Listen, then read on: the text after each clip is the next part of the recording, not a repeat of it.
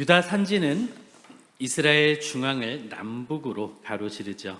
예루살렘은 이 산지에 해발 약 800m의 고지에 예루살렘은 위치하고 있습니다. 이곳은 지리적으로 매우 독특한 분수령이 되는데요. 빗방울조차도 이곳에서 갈깁니다. 비가 올 때 예루살렘의 한 지붕 위에 떨어진 빗방울은 손가락 한 마디의 차이로 그 기울기로 말미암아 서쪽을 향해 흐르느냐 동쪽을 향해 흐르느냐 그 분기점이 되는 것이죠. 서쪽 지붕을 선택하여 흐른 빗방울은 유다 산지의 완만한 서쪽 비탈을 타고 생명의 지대를 지나 그리고 대양인 지중해에 이르게 됩니다. 반대로 손가락 한마디의 차이로 동쪽 지붕으로 흘러내리는 빗방울은 가파른 길을 따라 사해바다로 빠지게 되는 것이죠. 사해바다는 어떻습니까? 지구상에서 가장 낮은 호수입니다. 약 해저고도 400m에 위치하고 있습니다. 물이 더 이상 흐를 곳이 없어서 계속 물이 들어오면 증발을 합니다. 그러다 보니 바다의 염도보다 약 10배가량 높습니다. 그래서 어떤 물고기도 어떤 생명체도 그곳에서는 살 수가 없는 것이죠. 그래서 사해바다, 죽음의 바다로 불리는 것입니다. 오늘 우리는 또 다른 분수령 위에 서 계신 예수님을 보게 되는데요. 그 장소는 바로 겟세마네입니다. 겟세마네의 뜻은 기름틀입니다. 기름 앞찾기를 의미하는 것이죠. 예수님은 이곳에서 자신의 전 존재를 앞찾기 속에 밀어 넣으십니다. 그렇게 하나님께 드릴 순종의 향유를 짜내셨습니다. 오늘 본문은 최후의 만찬이라고 불리는 다락방에서의 식사를 끝낸 직후의 일입니다. 이때 예수님은 제자들의 배신을 예고하십니다. 그리고 떡과 포도주를 나누시면서 주님의 찢긴 살과 주님의 흘린 피를 기념하게 하시기 위하여 성찬 예식을 제정하시죠. 즉 주님의 십자가의 죽음을 기념하게 하셨습니다. 그리고 이제 곧 예수님은 십자가를 지셔야 하는 것입니다. 예수님은 다락방에서 나와 찬송을 부르며 골짜기를 지나 맞은편에 있는 감람산 올리브산으로 오르십니다. 그리고 이곳에는 겟세마네 동산이 있습니다. 주님은 이곳에서 죽기 위하여 체포되십니다. 이 과정에서 예수님이 불렀던 찬송은 어떤 찬송이었을까요? 시편 118편의 찬송이었는데요. 그 내용은 어땠을까요? 제가 읽어드리겠습니다. 시편 118편 21절에서 25절, 29절인데요. 주께서 내게 응답하시고 나의 구원이 되셨으니 내가 주께 감사하리이다. 건축자가 버린 돌이 집 모퉁이의 머릿돌이 되었나니 이는 여호와께서 행하신 것이요 우리 눈에 기이한 바로다. 이 날은 여호와께서 정하신 것이라. 이 날에 우리가 즐거워하고 기뻐하리로다. 여호와여 구하옵나니 이제 구원하소서. 여호와여 우리가 구하옵나니 이제 형통하게 하소서. 그리고 이 시편은 어떻게 끝나냐면요, 여호와께 감사하라. 그는 선하시며 그의 인자하심이 영원함이로다. 이것이 십자가를 향해 나아가시는 예수님께서 부르셨던 찬송이었습니다. 그렇게 예수님은 찬양을 부르며 육신과 영혼을 쥐어짜는 기름틀 안으로 들어가시게 됩니다. 오늘 우리는 겟세마네 동산에서 자신을 짜내어 순종의 맑은 향유를 내리신 예수님의 기도를 함께 목격하기를 원합니다. 기름틀 속으로 들어가신 주님의 이 기도를 통해서 우리가 위기상황에 처했을 때 어떻게 우리가 자아를 으깨고 순종의 물줄기를 터야 하는지를 발견하기를 원합니다. 본문을 통해 우리에게 주시는 하나님의 음성을 듣기를 원합니다. 첫째로 가장 중요하고 시급한 일은 기도입니다. 위기의 순간 기도는 운명의 물줄기를 트는 첫 움직임이 됩니다. 인생의 밤이 찾아오고요, 감당할 수 없는 고통이 엄습할 때 우리는 무엇을 먼저 하고 있습니까? 먼저 당황하죠. 그리고 나에게 도움이 될 만한 사람을 찾아갑니다. 또는 도움이 아니라 회피가 필요하다면 도망칠 방법을 모색하게 됩니다. 그러나 예수님은 생애 최악의 위기 앞에서 가장 먼저 무엇을 하셨죠? 바로 기도의 자리로 나아가셨습니다. 왜냐하면 이 기도는 우리를 위기 속에서 할 수 있는, 우리가 위기 속에서 할 수 있는 가장 시급하고 중요한 것이기 때문에 그렇죠. 그래서 주님은 그 모범을 보여주십니다. 기도는 분수령의 기로에서 생명의 길로 향하게 합니다. 우리 26장 36절에서 38절까지의 말씀을 함께 봉독하시겠습니다. 이에 예수께서 제자들과 함께 겟세마네라 하는 곳에 이르러 제자들에게 이르시되 내가 저기 가서 기도할 동안에 너희는 여기 앉아 있으라 하시고 베드로와 세베대의 두 아들을 데리고 가실새 고민하고 슬퍼하사 이에 말씀하시되 내 마음이 매우 고민하여 죽게 되었으니 너희는 여기 머물러 나와 함께 깨어 있으라 하시고. 아멘. 겟세마네에서 주님께서 기도하실 때 주님은 비록 찬송하시면서 이곳까지 왔지만 주님의 마음은 붕괴되고 있었습니다. 그리고 심히 고민하게 되었습니다. 그런데요, 주님께서 고민하셨던 이 이유, 그것은 무엇일까요? 곧 다가올 죽음 때문이었을까요? 육체적인 고통 때문이었을까요? 그 공포 때문에, 엄습하는 공포 때문이었을까요? 그것이 아니었습니다. 그것은 바로 하나님께로부터 쏟아질 진노의 잔을 마셔야 하기 때문이었습니다. 예수님은 삼위일체 하나님 중 제2의 위격에 해당하시는 분이십니다. 하나님 아버지와 또 아들 예수 그리스도께서는 한 번도 분리되신 적이 없었던 분이셨습니다. 그런데 주님께서 우리의 죄를 담당하시고 십자가에 달리실 때 하나님은 어떻게 하셨어야 될까요? 바로 예수님을 외면하고 우리의 죄를 담당하신 예수님을 심판하셔야 됐습니다. 그때 예수님은 하나님의 죄에 대한 모든 진노를 받으셨어야만 됐습니다. 그렇기 때문에 예수님께서는 주님과 분리되는 이 엄청난 영적인 고통에 대해서 이 쓴 잔을 주님께서는 피하고 싶으셨던 것입니다. 예수님은 이 위기 앞에서 사람을 의지하거나 도망치는 길을 택하지 않으셨습니다. 그 대신 더 깊은 자리로 나아가셨습니다. 이것은 마치 예루살렘 지붕 위의 빗방울이 사해로 떨어질 뻔한 찰나에 서쪽 지붕을 향해 방향을 튼 결정적인 첫 움직임이 되었던 것이죠. 기도를 시작한다는 행위 자체가 운명의 물줄기를 파멸해서 생명으로 트는 그러한 시작이 됩니다. 우리가 삶에서 감당하기 힘든 문제를 만났을 때 우리의 마음은 어느 쪽 지붕으로 기울어져 있습니까? 우리는 이때 기도를 가장 시급하고도 중요한 것으로 여기고 기도의 자리로 나아가야 합니다. 바로 그 자리에서 기도의 무릎을 꿇어야 합니다. 그렇게 할 때에 우리의 운명을 지중해 같은 생명으로 트는 첫 움직임이 될 것입니다.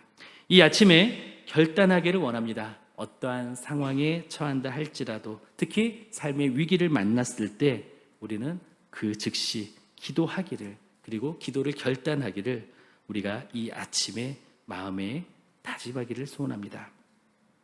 둘째로, 간구로 시작한 기도라도 순종으로 끝나야 합니다.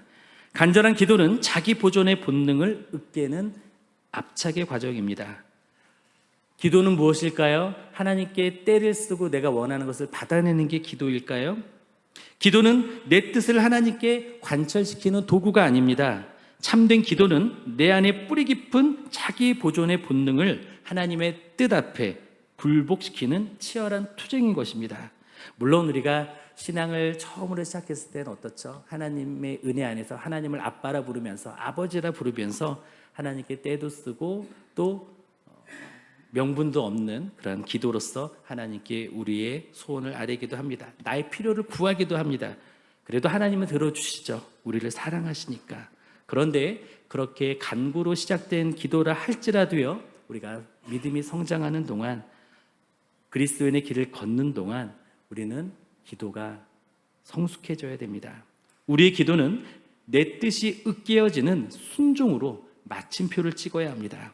우리 마태복음 26장 39절에서 42절까지 함께 읽겠습니다. 조금 나아가사 얼굴을 땅에 대시고 엎드려 기도하여 이르시되 내 아버지여, 만일 할만하시거든 이 잔을 내게서 지나가게 하옵소서. 그러나 나의 원대로 마시옵고 아버지의 원대로 하옵소서 하시고 제자들에게 오사 그 자는 것을 보시고 베드로에게 말씀하시되 너희가 나와 함께 1시간도 이렇게 깨어 있을 수 없더냐. 시험에 들지 않게 깨어 기도하라. 마음에는 원이로되 육신이 약하도다 하시고 다시 2번째 나아가 기도하여 이르되 내 아버지여, 만일 내가 마시지 않고는 이 잔이 내게서 지나갈 수 없거든 아버지의 원대로 되기를 원하나이다 하시고. 아멘. 에덴 동산에서의 첫 번째 아담, 첫사람 아담은 어땠습니까? 가장 풍족한 환경 가운데서, 가장 완벽한 환경 가운데에서 살았습니다. 그는 에덴 동산에 있었습니다. 그러나 그는 철저히 자신의 욕망과 자기 보존을 선택했습니다. 그 이기적인 선택은 인류를 사해 바다와 같은 죽음의 바다로 이끌었습니다. 그렇게 멸망의 죄가 시작이 되었고 그것이 원죄가 되었습니다. 반면에 우리를 대표하여 하나님의 은혜를 이끌기 위하여 2번째 아담이 되신 예수님, 그 주님은 어떠셨습니까? 죽음이 임박한 그때에 앞찾기의 동산 겟세마네 동산에 계셨습니다. 주님은 기도하셨습니다. 이 잔을 내게서 지나가게 하옵소서. 이것은 어떤 의미입니까? 바로 첫 번째 아담에 넘어졌던 자기 보존의 유혹이었습니다. 그래서 예수님은 얼굴을 땅에 대고 3번이나 기도하시면서 그 본능을 하나님 앞에 굴복시키십니다. 올리브 열매가 거대한 돌에 으깨어지면서 맑은 기름을 내는 것처럼 예수님은 자기 보존이라는 자아를 기름틀에 넣으셨습니다. 그것을 으깨시고 순종의 향유를 짜내셨던 것입니다. 이 압착의 고통 끝에 우리 인류는, 또 저와 여러분은 지중해 같은 생명의 바다로 나아갈 길을 얻게 되었던 것이죠. 현재 우리의 삶에서 하나님이 거절하신 응답이 있으십니까? 예스를 바랬지만 노라고 대답하신 응답이 있습니까? 그럼에도 불구하고 우리는 여전히 포기하지 못하고 끝까지 부여잡고 있는 자신만의 자존심, 야망의 잔은 없습니까? 그것은 구체적으로 무엇입니까? 그것을 내려놓지 못하는 것이 바로 에덴의 실패를 반복하는 자기 보존의 유혹이 되는 것입니다.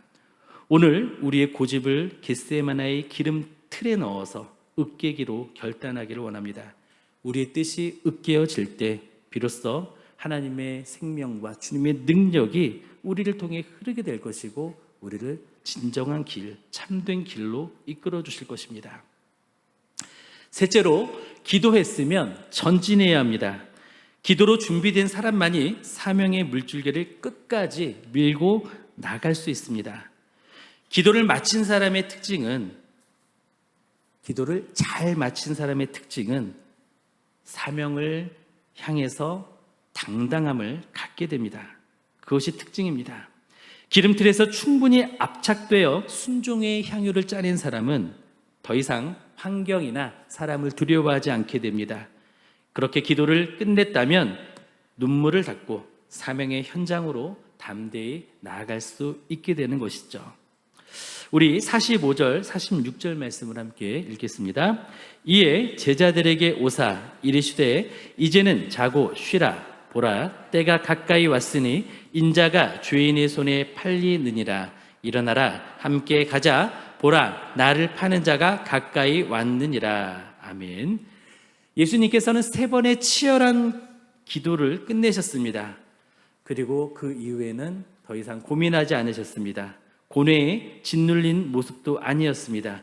기도를 통해 자아를 온전히 압착하신 주님은 이제 자발적으로 체포되는 길을 향해서, 배신자를 향해서 나아가십니다. 일어나 함께 가자라고 하는 외침은 죽음을 향해서, 그러나 승리로 이어지고 부활로 이어지는 사명의 길로 가고자 하는 선언이 되었던 것입니다. 이 모든 과정은 순종의 절정이었습니다.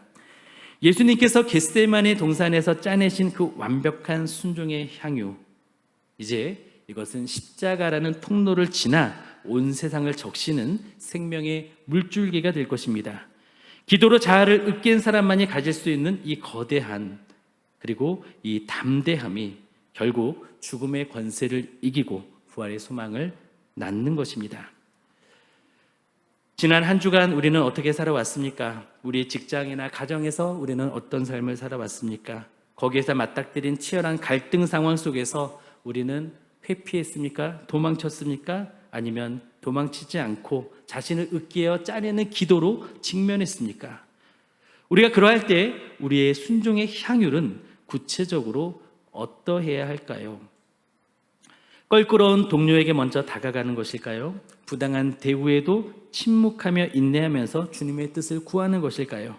아니면 가족에게조차 내 자존심을 꺾고 먼저 용서를 구하는 것일까요? 우리는 기도의 자리에서 얻은 힘으로 우리 자신의 사명의 현장을 지켜내야 합니다. 일어나 함께 가자고 부르시는 주님의 음성을 우리의 삶의 현장에서 들으면서 구체적인 순종의 발걸음을 날마다 또 한 걸음 우리는 내딛어야 할 것입니다. 말씀을 맺겠습니다. 우리는 겟세마네라고 하는 이름의 기름틀 앞에서 우리의 전 존재를 짜내어 순종의 향유를 주님께 내려드려야 합니다. 바로 예수님이 그렇게 하셨고 우리도 우리 자신의 겟세마네 동산에서 그렇게 해야 합니다. 예루살렘 지붕 위의 빗방울처럼 우리의 운명을 가르는 것은 어떤 차이에 있을까요? 바로 손가락 한마디에 불과한 그 작은 기울임이 있다라고 하는 것입니다. 예수님은 고통스러운 기름틀 속에서 자기 희생을 선택하셨고 주님은 생명의 바다로 우리를 이끌어 주셨습니다. 그리고 하나님 아버지는 어떠셨을까요? 독생자 예수 그리스도를 사지로 모르셨습니다. 주님은 고통스러운 간구를 하셨지만 하나님은 거절이라는 응답을 하셨습니다. 이 응답의 신비를 통해 우리 모두에게 은혜의 길이 열렸죠. 그런데 우리는 어떻죠? 여전히 우리의 기도는 내 뜻을 하나님께 관철시키려고 하고 그렇게 하나님의 뜻을 나의 삶에 끌어들이려고 하는 생떼로 끝나고 있지는 않습니까? 그렇기 때문에 우리의 기도는 달라져야 합니다. 우리의 기도는 우리의 뜻을 굴복하고 자아를 짜내어 향유를 얻는 그러한 과정이 되어야 합니다. 기도한다고 하면서 우리는 어떻죠? 막연하고 실체가 없는 결단을 합니다. 우리는 그러한 모호한 결단 뒤에 숨어서는 안 됩니다. 우리는 구체적인 삶의 현장에서 우리의 자존심의 잔을 먼저 내려놓기를 원합니다. 그리고 으깨어지는 압력을 견뎌내면서 순종의 기름을 짜내기를 원합니다. 그때 비로소 우리의 삶에는 세상이 흉내낼 수 없는 그리스도인의 진정한 향유가 흘러나올 것입니다. 바라기에 우리는 주님의 완벽한 기도의 순종을 본받아 생명의 바다에 닿는 순전한 향유가 되시기를 그렇게 향을 발하시기를 예수님의 이름으로 축원드립니다.